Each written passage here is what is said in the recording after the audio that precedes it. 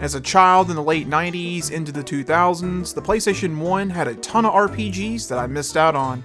I couldn't really read yet whenever I started playing PS1. I was only in like kindergarten or so. But I definitely knew about what Final Fantasy VII was, I just didn't know exactly what it was, if that makes any sense. My first real RPG experience really was Pokemon on the Game Boy, but I mainly just hit the A button the whole time, battling.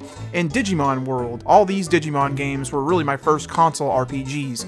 Are those great games? They're very average, but that's for another video. Roguelike RPGs kinda were around on the PS1, but not too many of them. But there's one called Azure Dreams that definitely caught my eye several years ago because it combines a little bit of dungeon crawling mixed with some Pokemon here. Anything with monster collecting, just sign me up because that always is a sell for me.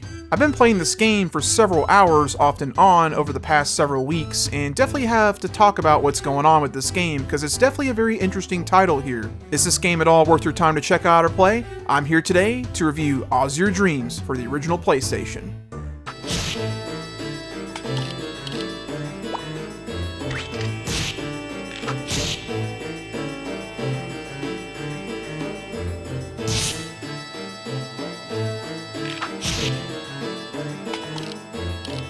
Azure Dreams came out in America and PAL regions in 1998. It was developed and published by Konami. Konami is one of the best game developers of this era, especially for the original PlayStation. They pumped out so many good games. Games that they worked on other than Azure Dreams, of course, the Suikoden series, Vandal Hearts, as well as Metal Gear Solid even. Believe it or not, there's not really a whole lot of story here with the RPG like this one. It takes place in this desert town called Mansbaya, and the game starts off with you being born, and you can name him whatever you want. But his name is Ko, in case you want to know. Your dad is one of the best tamers in the whole town. He goes up this tower that's randomly generated every time you enter it, and he goes up all the way to the top, and you never see him come out. So, you, at the age of 15, you want to follow your father's footsteps. You learn how to become a monster tamer, and you enter the tower, you get your first familiar, and you pretty much just keep doing that until you find your dad. Controls in this game in the overworld in your town are pretty much what you think it is. You just move around with a D-pad and select with X and such when you talk to NPCs, but when you're in the tower, the controls have its own thing going here. You do use the D-pad to move like normal, and every time you move, an enemy will also move real time that's on that floor. Circle can do a couple things. While moving, if you hold it, it'll speed up your characters and you'll move really fast. This is kind of common in some RPGs like this. Triangle sets up your camera view and you can use that with the L2, R2 buttons to adjust things accordingly how you want it to be. Select is also your map.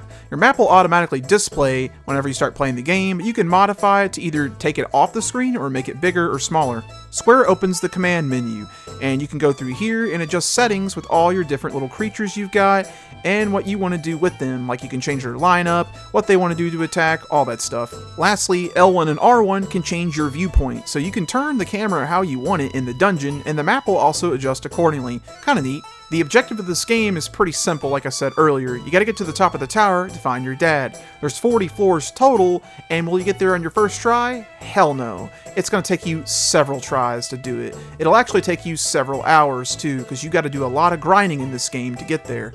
Like a lot of other roguelike RPGs, all the floors are randomly generated. They usually keep the same kind of monsters and stuff on the floors, but all the items and layouts are always different every time you enter this tower. When you enter the tower for the first time, you get your first familiar. He's called a Qun as a species. You can name him whatever you want. He's pretty powerful and you keep him the whole game.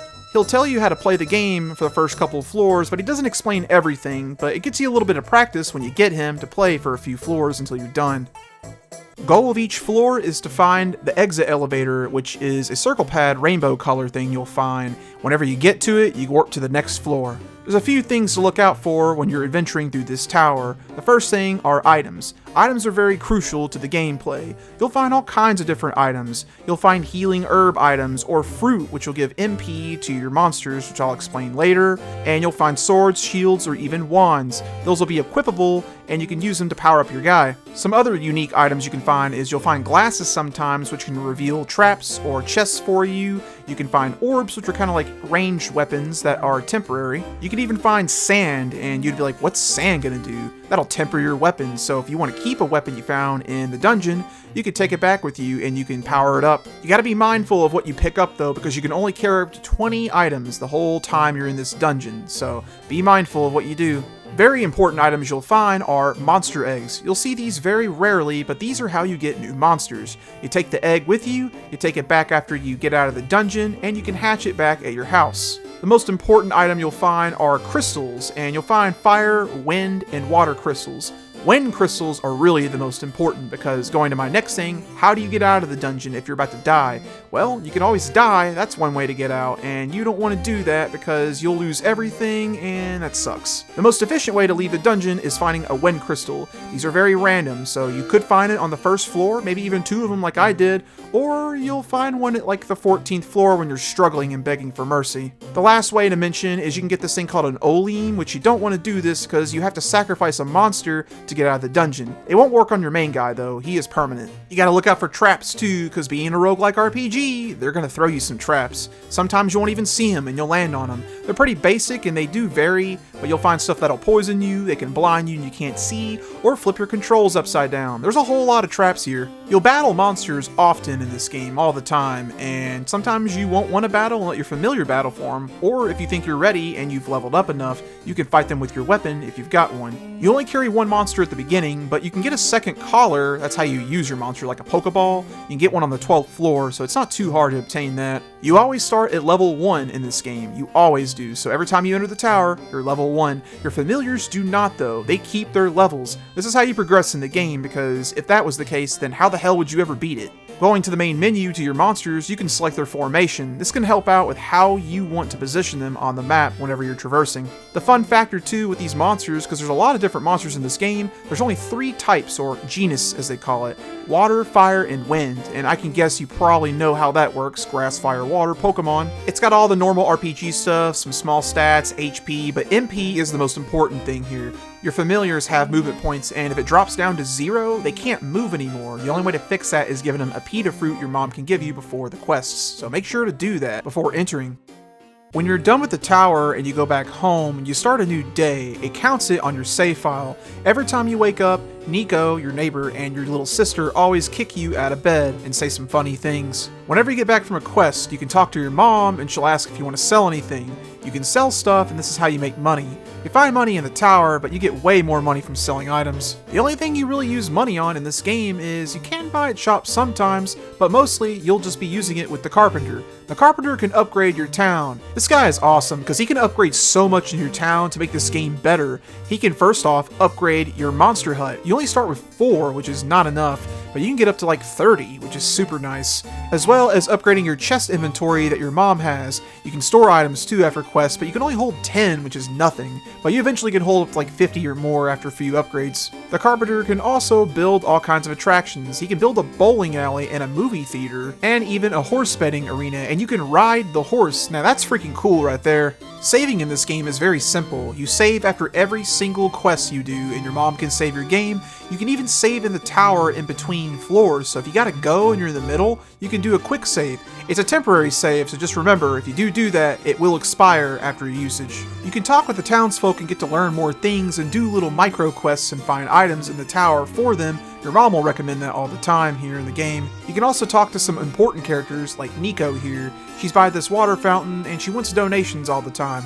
You see this asshole dude named Josh, I think that's how you spell it, with a G, and he's just gonna belittle you the whole time you're on the 2nd floor. And Selphie, his sister, and she's also the same way, she just doesn't like you. No one in this game likes you for some reason, by the way. I kind of feel bad for your main character. I never did this myself, but you can actually get a girlfriend in this game. You can talk to a few of the female characters in this game when you have a temple, and you can have a girlfriend, and I think there's some effects that happen, I think. Leave a comment down below if you know anything about that. To play this game though, the one thing that you'll definitely be doing the most is absolutely going in that tower, battling, grinding all the time. You're never going to get to the top for a long time. I've been playing this game for over 15 hours and I'm not even close to the top. There's so many floors and there's just a lot of battling to do. You got to be very careful and patient with how you do things in this game.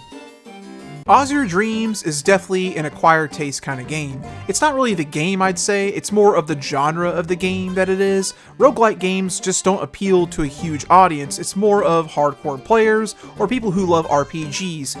I do personally think though, Azure Dreams is an excellent game to check out. There's a lot here going on. When you learn how to play this game and understand the elements it provides with the familiars and just progressing and the items, it's very addictive. It does get addicting, and it's daunting at first, but whenever you dive in the deep end, learn how to swim, it's really fun. The graphics for 97-98 are not too bad for a game like this. The music soundtrack is outstanding. Konami always does a good job at that. The familiar system is also really good. It's a lot like Pokemon, but it gives it its own unique taste to it. There's even an encyclopedia showing all the monsters your little sister shows you. That's really cool and a nice touch.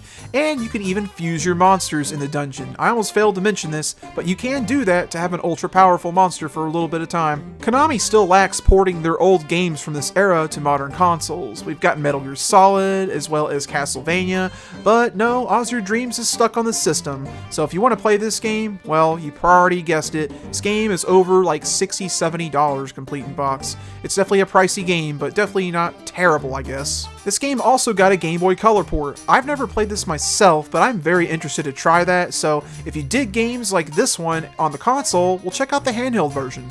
That's about all I have to say about Azure Dreams for the PS1. I appreciate you guys for sticking to the end to watch this video. If you got anything to say, leave a comment down below. I'd love to hear what you got.